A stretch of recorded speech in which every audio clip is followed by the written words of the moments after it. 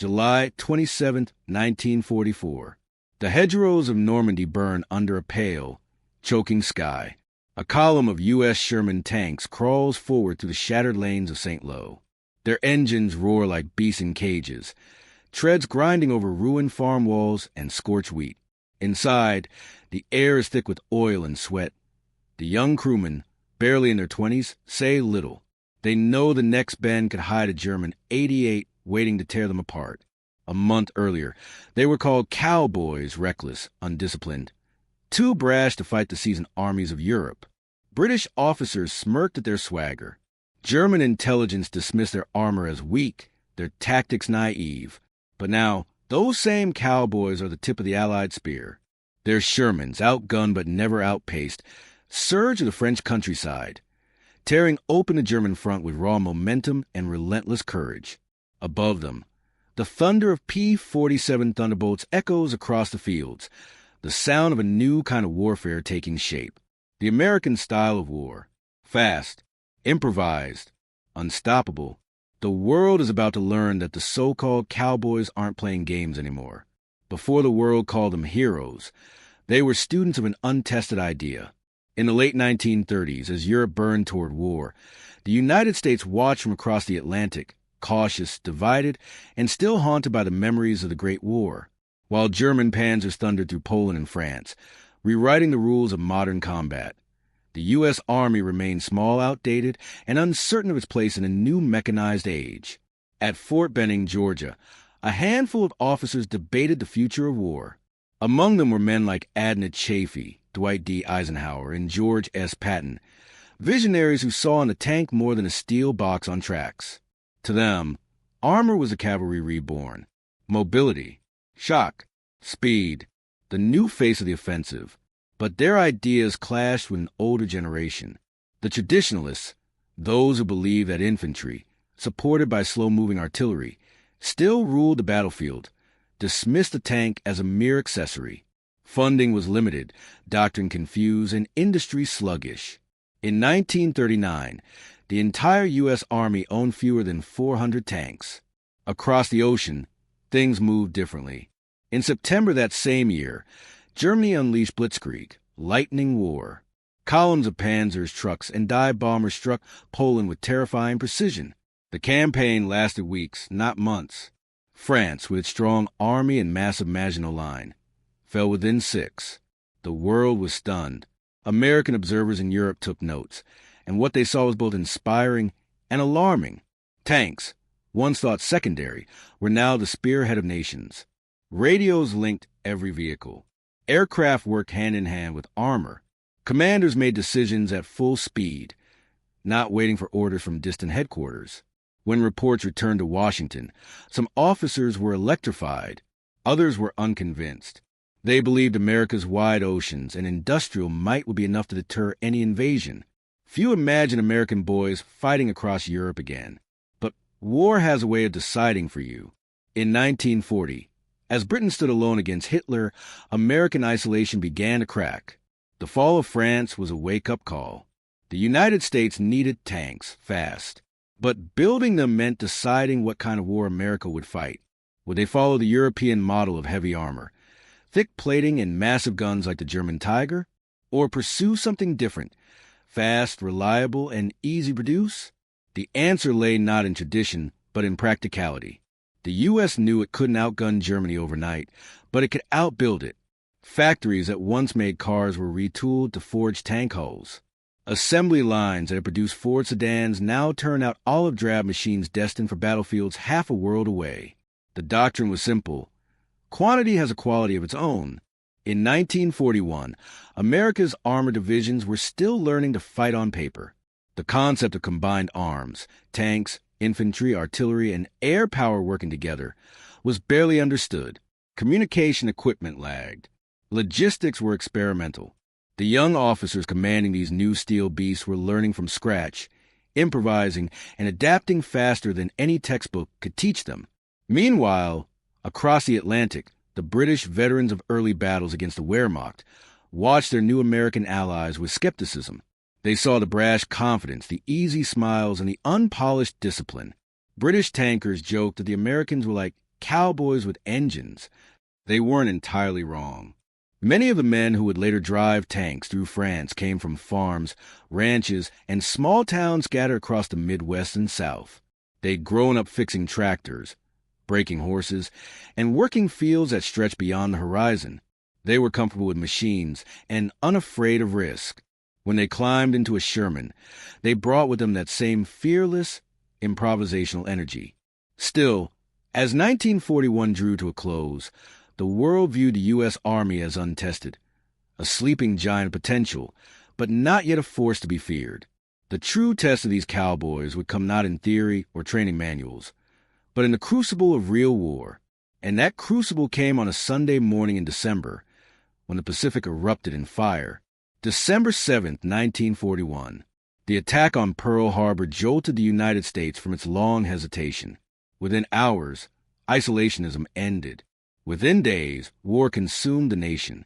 The sleeping giant awakened, but it was clumsy, underarmed, and inexperienced. To transform a peacetime army into a global force would take time, resources, and faith. Factories roared to life across Detroit, Cleveland, and Pittsburgh. Engineers worked around the clock to produce a machine that could be built by the thousands, repaired in the field, and shipped across oceans. That machine would become the M4 Sherman tank. It wasn't perfect. Far from it. Its 75mm gun was modest compared to the German Panther or Tiger. Its armor could be pierced by enemy shells at distances where it could barely reply. But the Sherman had something no other tank in the war possessed at that scale: reliability and numbers. The U.S. could produce over 50,000 of them, more than all German tanks combined. The idea wasn't to create an invincible fortress, but a weapon that could move, fight, and keep fighting. At the same time, a new generation of leaders rose to shape this force. One of them was General George S. Patton. A cavalryman at heart, Patton saw tanks as the modern extension of speed and aggression. He demanded discipline, precision, and above all, audacity.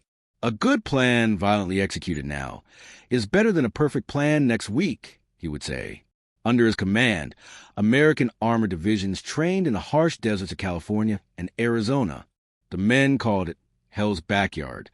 Temperatures soared past 110 degrees, and sand seeped into everything: engines, rations, and lungs. But this crucible forged something new: confidence.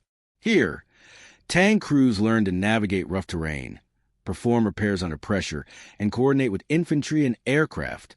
They lived in their machines, ate dust, and worked until exhaustion blurred the line between man and metal. Their reputation grew: loud, bold, and unorthodox. The British advisors training alongside them took note.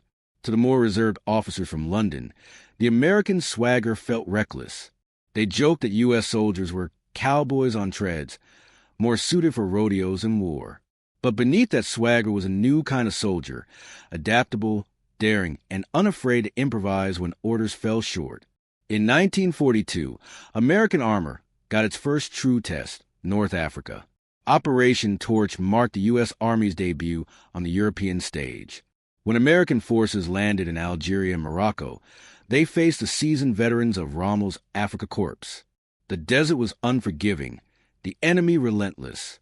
At Kasserine Pass in February 1943, inexperience met mastery and paid dearly for it. American units were outflanked, overrun, and driven back. German tanks, commanded by men hardened from years of fighting, exposed every weakness in U.S. tactics. The loss was humiliating. Dozens of Shermans burned in the sand, their crews buried where they fell. To the British, it seemed confirmation of their doubts. To the Germans, it was proof that the Americans were soft. But to the Americans themselves, it was a lesson they would never forget. Within weeks, command structures were reformed, communication lines streamlined, and tactics rewritten. Leaders like Patton demanded aggression, coordination, and constant movement. American tankers learned the hard truth: survival came not from armor thickness, but from teamwork and speed. By the summer of 1943, the U.S. armored divisions were a different beast. They fought at El Getter, held their ground against German assaults, and advanced. The lessons of Kasserine had been paid in blood, but they worked. After North Africa came Sicily, and then Italy, grinding campaigns through mountains and mud. Each battle sharpened the doctrine of American mechanized warfare. Strike fast, stay mobile, overwhelmed with fire and logistics. And behind the front lines, production never stopped. New Shermans rolled off assembly lines every hour, upgraded with better guns, thicker armor, and improved radios. Supply ships carried them by the hundreds toward a single destination, northern France. By early 1944, the plan was set. The Allies would land on the beaches of Normandy, crack Hitler's Atlantic Wall, and drive inland. For the Americans, this was a moment they had waited for, to prove that their cowboy confidence was not arrogance, but resolve. As the invasion date approached, tank crews painted names on their Shermans: Texas Belle, Oklahoma Kid, Ramblin' Rose. They carried photos from home, lucky coins, and letters folded behind instrument panels. They were young, restless, and ready. Soon, the world would see whether those cowboys could ride through hell itself and come out the other side. War, at its core, is not just about machines and maps. It is about people and how they adapt when the world demands everything from them. To understand how the men once mocked as cowboys became the vanguard of Allied victory in France, we must see them through several lenses: human, leadership, and technological. The American tank crews of 1944 were not career soldiers. Most had been civilians only months before crossing the Atlantic: farmers, mechanics, truck drivers, and factory hands. They were young, often barely 20, with callous hands and restless spirits. Inside the steel hulls of their Shermans, they carried more than weapons. They carried a piece of home. Life inside a tank was hellishly claustrophobic. 5 men shared a space smaller than a delivery van. The noise was constant. The rattle of gears, the choking fumes of gasoline engines, and the occasional shriek of a shell ricocheting off armor. Temperatures could soar to unbearable levels, and the stench of sweat and cordite clung to everything. But they adapted. They built small rituals, scrawling names on the barrels, stashing chocolate in ammo racks, carving hometown initials into the turret walls. When they halted for the night, they slept on or beneath their tanks, trusting the steel above them more than any tent. Many carried nicknames: Tex, Red, Slim. They joked to hide the fear. When a comrade's tank was hit, the laughter stopped for only a moment, then returned, forced and hollow. It was how they coped. To outsiders, that easy humor and reckless courage looked like arrogance. To them, it was survival.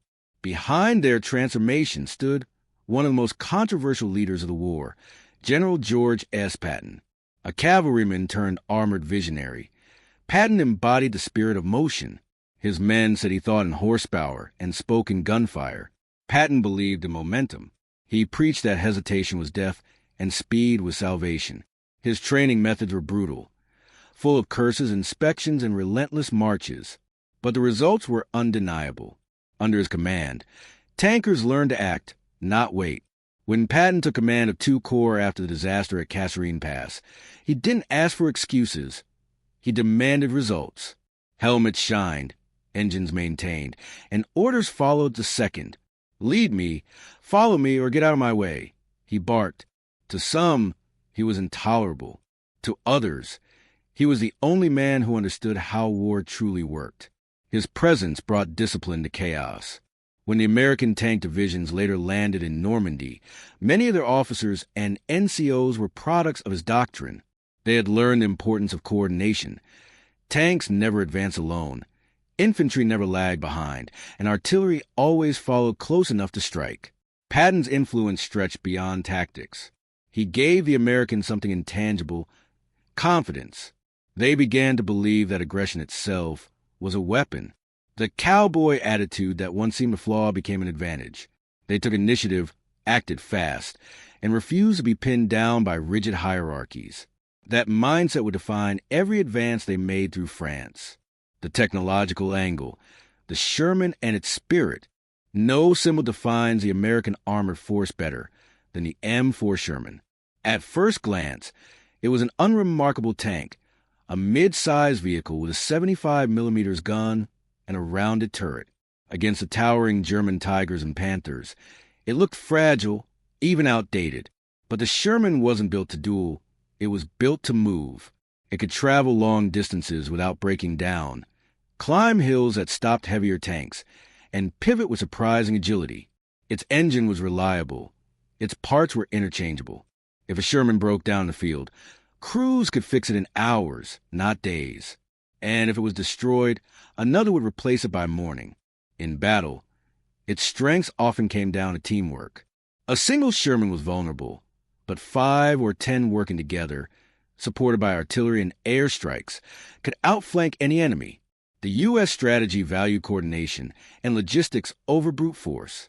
The Germans called them Tommykukers, mocking how easy they burned. But the Shermans kept coming and kept fighting. The Americans compensated for every technical disadvantage with speed, communication, and numbers. Each tank was also a reflection of its crew's personality. They painted slogans, pin-up girls, or hometown flags on their armor. Hell's Bell, Kansas Queen, Old Ironsides. It made the machines feel alive and gave the men a sense of ownership in a war of steel anonymity. Even British tankers, initially skeptical, began to admit the Sherman's resilience. It wasn't the best tank on paper, but it was the right tank for the kind of war the Americans fought. Fast, flexible, and relentless. The result was a culture of improvisation. If a gun jammed, a crew fixed it with a hammer. If a radio failed, they signaled by hand or flag. They made up for lack of experience with raw determination. It was a perfect blend of man and machine, the cowboy and his horse reborn in steel. The enemy angle, the German view, to the German army. American tank crews were an enigma. Before Normandy, the Wehrmacht intelligence reports described U.S. armored units as mechanically numerous but tactically primitive. The Germans respected American industry, but doubted its soldiers. They saw the Allies as amateurs, brave but undisciplined, fast but careless. By 1944, German panzer commanders had years of experience. From Poland to Russia, from North Africa to Italy. They were professionals, forged in continuous battle. Against them stood men who had never seen Europe before, commanding tanks the Germans considered inferior. But those same reports also contained a warning. After the North African campaign, captured documents noted the Americans' astonishing ability to adapt. Within months of failure, they rewrote tactics, reorganized logistics, and fielded new equipment. German officers called it industrial learning. They underestimated its power.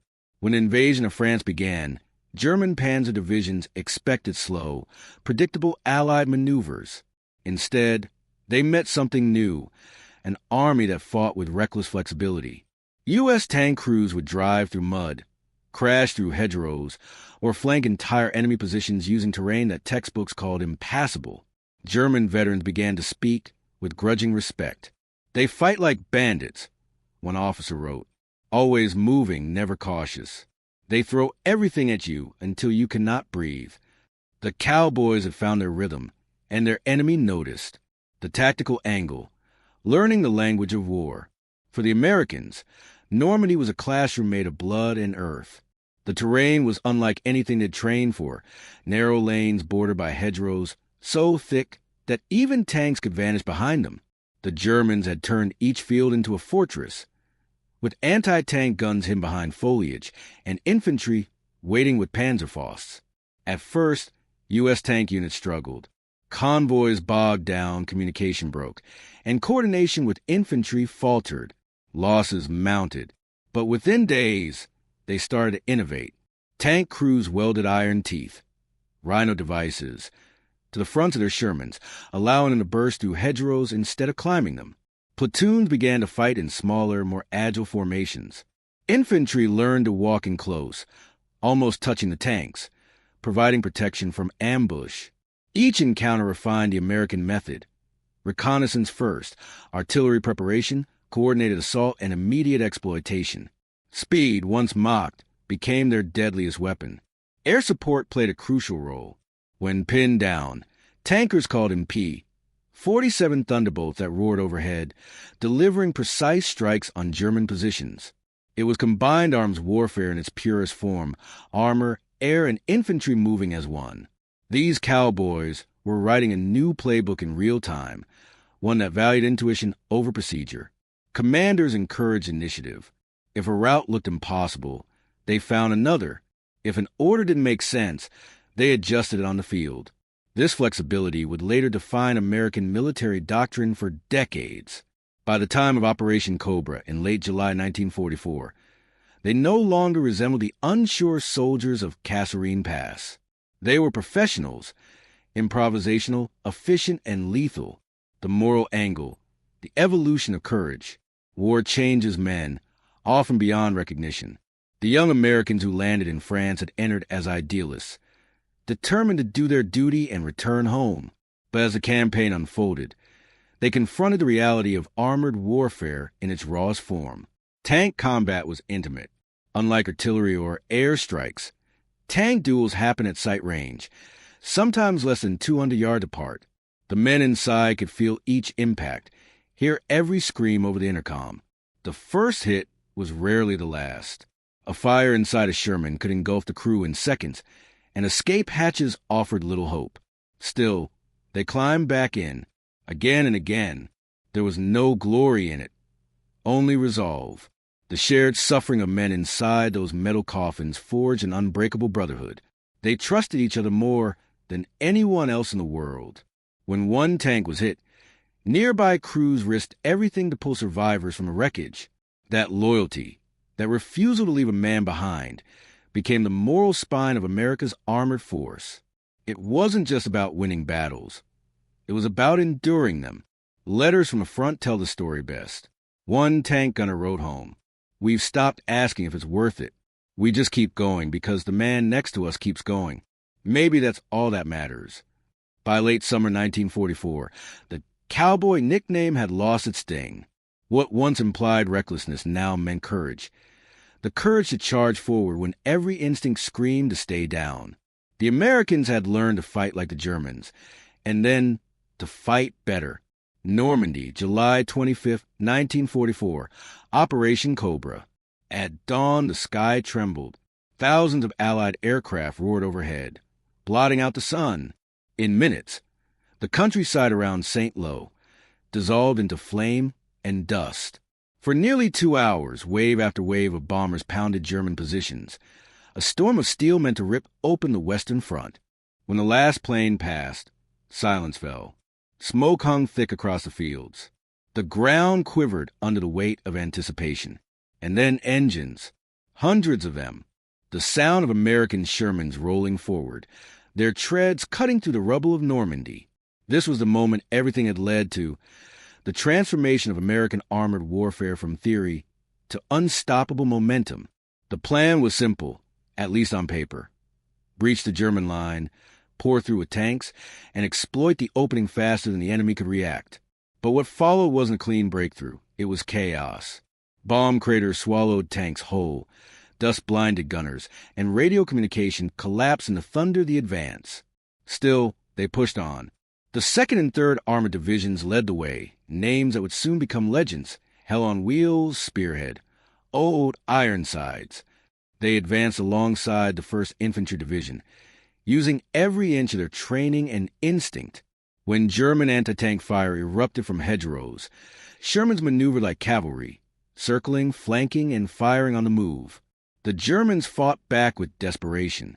Hidden 88mm guns cracked from the tree line, slicing through armor.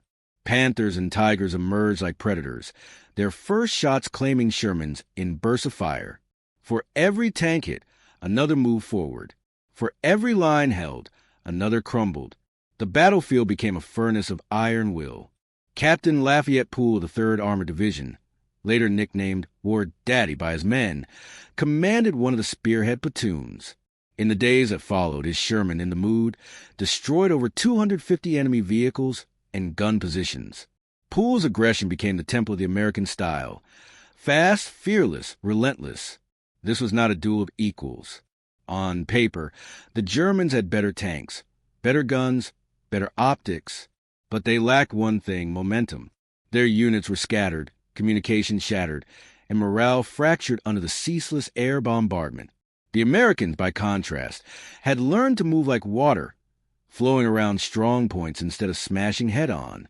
Infantry rode on tank hulls, Artillery rolled forward within hours of each advance, and engineers cleared obstacles before the enemy could react. Each mile gained was another lesson in practical warfare. The Americans stopped chasing perfection and started winning through motion. One German commander near Kutenzes reported, "They fight like ghosts. 1 minute they are pinned. The next they are behind you. Their tanks come out of the dust, as if the earth itself moves for them." Within 3 days, the German front around St. Lo began to collapse. The combined shock of air power and armor had achieved what weeks of grinding combat could not, a rupture wide enough to pour an entire army through. Patton, who had been waiting impatiently in England with his newly formed Third Army, saw his moment. When orders came on August 1st, he unleashed his divisions into the gap like unleashed hounds. What followed was one of the most explosive armored advances in modern history. But before Patton's charge could begin, the men who fought through Cobra had to hold the breach. They faced counterattacks from the German 2nd Panzer Division, waves of infantry supported by self-propelled guns. The hedgerows that once slowed the Americans now slowed the retreating Germans. Sherman's fired point-blank, turret to turret. Whole villages were flattened in hours. Tank crews barely slept, barely ate. When they halted, it was only to refuel and reload. The cowboys had found their proving ground, and they would not give an inch of it back. By the end of July, the German 7th Army was in full retreat. Thousands of enemy vehicles littered the roads, many abandoned for lack of fuel. American tankers pressed forward, the dust of France clinging to their uniforms. They had turned ridicule into fear. The lessons of Kasserine and Sicily had culminated here, in a thunderous demonstration of mechanized power that no one could ignore. Operation Cobra was not the end of the fight for France, but it was the moment the tide turned irreversibly. From here, the cowboys would no longer be underestimated. They were no longer the new men of war. They were its masters. And ahead of them, across the rivers and hedgerows, the gates of France lay open, waiting for Patton's Third Army to ride through. August 1944, the breakout and the race across France. The world had changed in a single week. What began as a desperate grind to the hedgerows of Normandy had exploded into the fastest armored advance Europe had ever seen. The German front, once thought immovable, now lay shattered and burning. General George S. Patton, his ivory-handled pistols gleaming beneath the August sun, took command of the U.S. Third Army and did what only he could do. He moved. No waiting, no hesitation, no fear. His tanks rolled out of the Normandy dust and into open country. And the cowboys, who had been mocked for their recklessness, now became the sharp edge of Allied strategy. The Third Army's mission was bold, almost insane. Cut across western France, trap the retreating German armies in the Falaise pocket, and drive south and east toward the heart of the Reich. It was a plan that required constant momentum, and Patton knew exactly how to create it. He ordered his corps to advance around the clock. Tanks refueled from jerrycans on the move. Mechanics worked under shell fire, and mess units fed men while engines idled. Sleep was a luxury. Movement was life.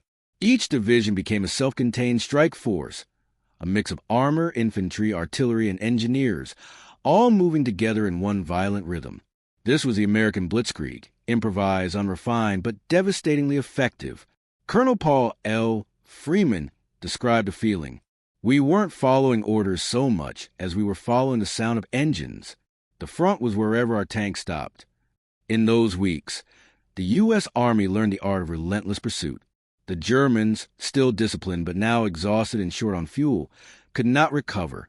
Their armored divisions were forced to retreat by night, hiding under cover of darkness from Allied fighter bombers that ruled the skies.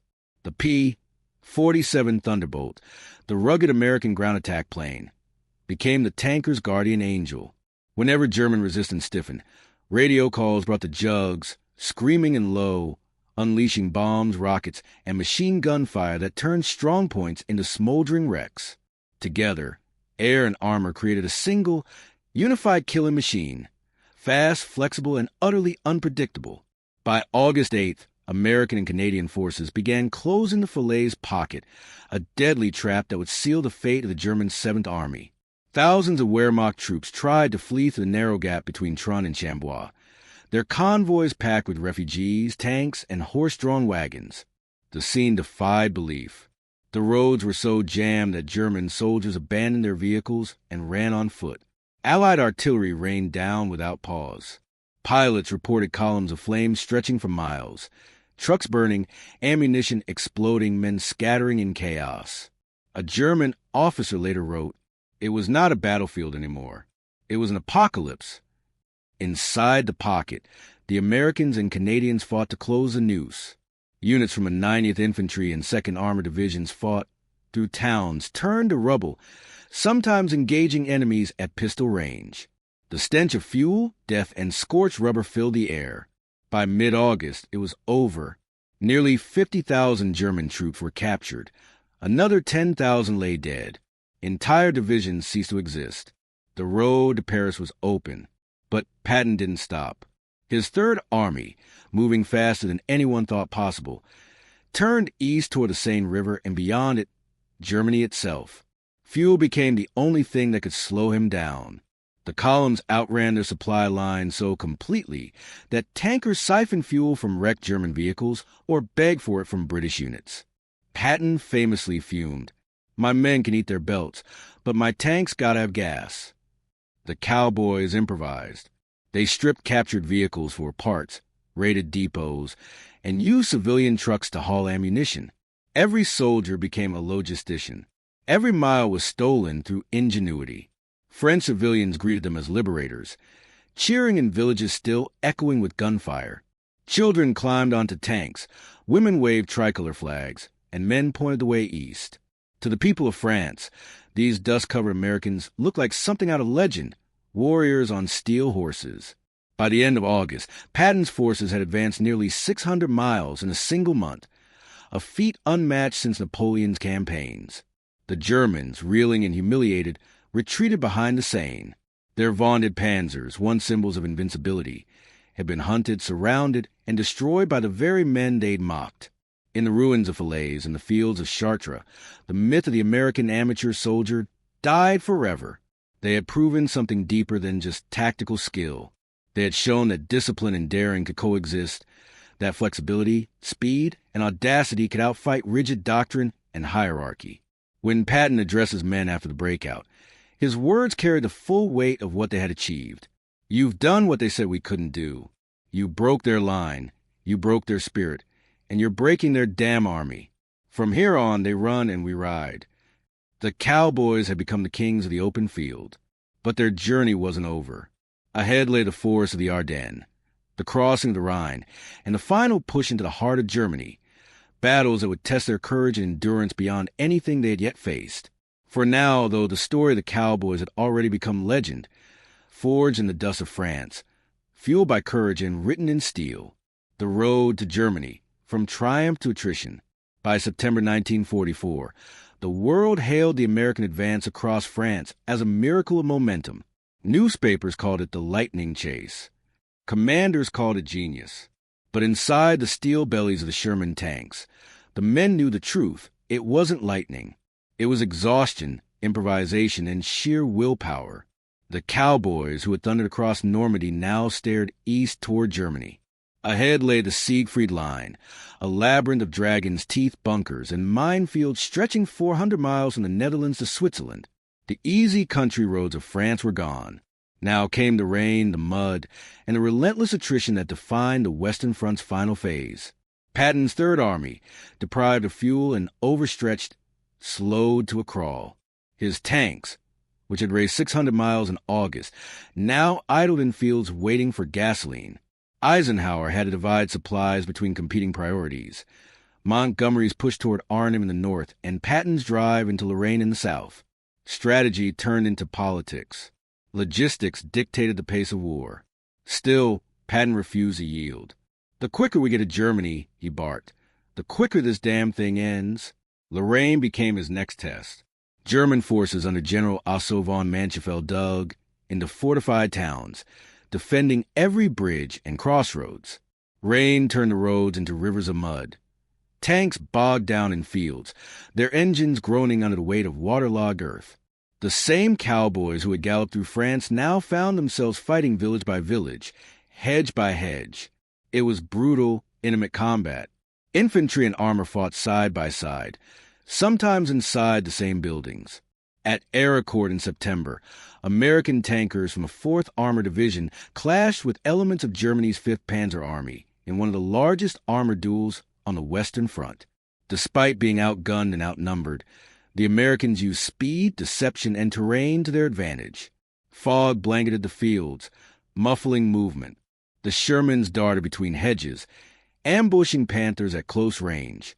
When the smoke cleared, the 4th Armored had destroyed over 250 German tanks for the loss of fewer than 30 of their own. The myth of the invincible Panzer was shattered again. The Germans, once masters of mobile warfare, were now being beaten at their own game. But victory came at a cost. Every mile eastward demanded blood and fuel in equal measure. The crews grew weary. Supply convoys were ambushed by desperate remnants of the Wehrmacht. Winter descended over Europe, bringing freezing rain and endless mud. The cowboys, who had once raced across France, now fought simply to stay alive. When December arrived, they thought the war was nearly over. They were wrong. From the snow-covered forests of the Ardennes came the last, desperate counterattack of the German Reich. The Battle of the Bulge. Caught off guard, American units were surrounded and isolated. The Germans, using fog and surprise, drove deep into the Allied lines. For a moment, it seemed as though the tide of war might shift once more. But the same qualities that had defined the Americans in Normandy, improvisation, courage, and relentless aggression, surface again. Patton's Third Army executed one of the most brilliant maneuvers in modern military history. A 90-degree pivot north in freezing conditions to relieve the besieged town of Bastogne. Tanks that had been resting after months of combat now roared back into life, their engines growling through ice and snow. The cowboys were riding again, not through sunlit fields this time, but through a frozen hell. By Christmas 1944, they had broken the siege. The German offensive collapsed, its last reserve spent. The road to Germany was open once more. And this time, nothing would stop them.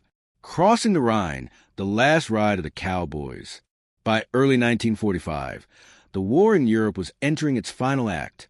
The German Reich, battered, bombed, and starving, was collapsing under the combined weight of Allied and Soviet offensives. Yet on the Western Front, one last natural barrier remained, the Rhine River. It was wide, fast, and heavily defended, the final wall between the Allies and the German heartland. For centuries, it had been Germany's shield. To cross it was to invade the fatherland itself. Patton, of course, refused to wait for permission. On March 22, 1945, under cover of darkness, the Third Army reached Oppenheim. The plan had been to wait for bridging equipment and air cover, but Patton saw an opportunity. "Let's get over before they know we're there," he ordered. Engineers threw together makeshift pontoons, and before dawn, the first Sherman tanks rolled across the river. The German defenders, exhausted and disorganized, were stunned. By the time they realized what was happening, hundreds of American vehicles were already across. Patton reportedly telegraphed headquarters with characteristic flair. "I have crossed the Rhine with my Third Army. No casualties, no opposition, no excuses." It was more than a military maneuver. It was a symbol, the final vindication of the cowboys who had once been mocked for their impulsive style. They had outmaneuvered the enemy, outpaced their allies, and now stood on German soil. From there, the advance turned into a relentless chase. The Shermans tore through towns and cities, Frankfurt, Mainz, Nuremberg. Everywhere they went, the same pattern repeated. Surrendering German troops, liberated prisoners, and civilians emerging from cellars in disbelief. But there was no joy in the victories anymore. The men had seen too much. As the Third Army pushed deeper into Bavaria, they discovered what the war had truly been about. Near Weimar, American troops reached Buchenwald, one of the largest concentration camps in Germany. The soldiers who had fought through mud, fire, and blood now stood silent before a horror they could not comprehend. Emaciated prisoners stared back at them from behind barbed wire, their faces hollow and eyes empty. The men who had stormed Normandy now felt a different kind of fear, not of death, but of humanity's capacity for cruelty. General Eisenhower ordered the camps documented in detail. "The world must see this," he said. or some bastard will claim it never happened. For many of the tankers, this moment would haunt them more than any battle. By April, Germany was collapsing completely. American and Soviet forces raced toward each other from opposite directions. On April 25, 1945, they met at the Elbe River, east and west shaking hands across a ruined nation. 8 days later, Adolf Hitler was dead. The Reich had fallen. The cowboys who had once been ridiculed as amateurs had, in less than a year, helped to liberate a continent, the price of victory. But their triumph came at staggering cost. The U.S. Army lost over 183,000 men in Western Europe. Thousands of tank crews never returned home. Sherman tanks burned easily, their thin armor pierced by German guns. Inside, the crews had seconds to escape. Veterans called them Ronsons. They lit first strike. Yet those same machines, flawed as they were, carried the Allies from Normandy to the Rhine. They became symbols of endurance, courage, and ingenuity. When the guns finally fell silent, the survivors packed their gear and returned home. Some to farms, others to cities, all changed forever. They had been tested in the most brutal proving ground imaginable. The Europeans they freed called them liberators. History would call them heroes. And though they never wore crowns, those cowboys who had ridden steel through hell would forever be remembered as the men who brought freedom back to the heart of Europe. When the last guns fell silent, the fields of Europe lay scarred but free. The rumble of engines faded into the memory of liberation, and the young men who had once charged through fire disappeared into the quiet rhythm of peace.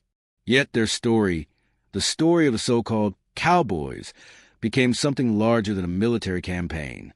It became a statement about how wars are won. The American soldier was never bred for conquest. He came from farms, from cities, from dust and hardship. He carried not the polish of empire, but the raw nerve of self-belief. When the world laughed at his swagger, he answered not with words, but with action. Through the thunder of engines across France, through the smoke over Lorraine, through the mud of Bastogne, and the steel of the Rhine, they fought a different kind of war. Fast, flexible, improvised. A war of motion rather than calculation. Where others relied on rigid doctrine, they relied on instinct and adaptability.